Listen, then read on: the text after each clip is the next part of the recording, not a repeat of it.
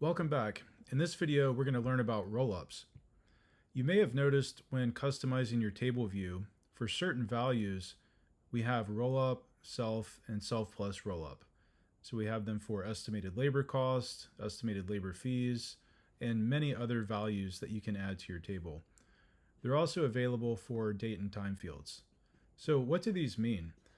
Let's take a look at an example. So here we're looking at a project. We're looking at the work items in the project, and we're going to scroll all the way over here. Let's pay attention to this first work item, schematic design. We can see that it has a self labor budget of $1,000, roll up of $5,200, self plus roll up of $6,200. So obviously this one is just adding the self and the roll up, but let's dig deeper. So if we expand this out to view its descendants or its child work items, and let's scroll over here. So we can see now, and let's get these columns to line up. We can see that we have labor budget values for each one of the tasks inside of this work item, each one of its child work items. Okay, so these add up to 5,200.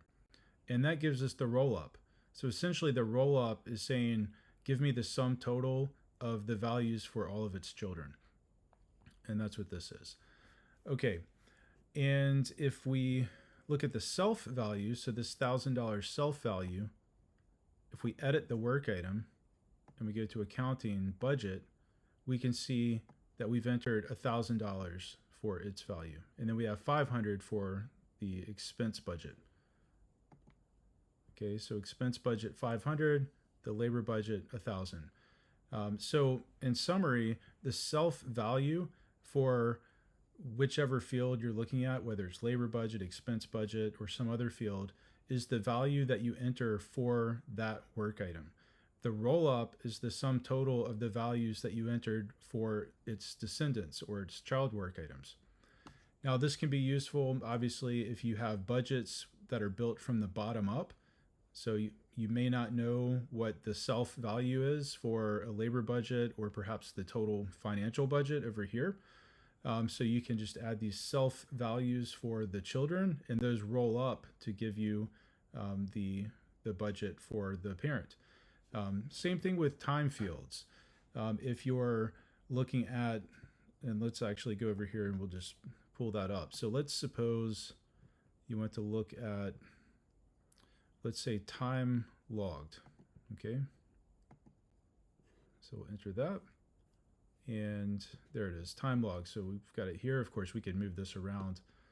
And if we expand this out, we go to time logged. Let's get these columns to match up. And we haven't entered any information here, but just to demonstrate where these might be useful is if you log time, you probably want to keep track of all of that time, whether or not you log time to a parent task or to maybe its child or descendant tasks.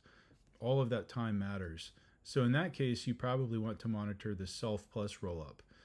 That way you're not missing any time. And we can rearrange these to maybe get the same order that we saw in these others over here. So hopefully that helps you have a better understanding of how roll-ups work in Ravetree.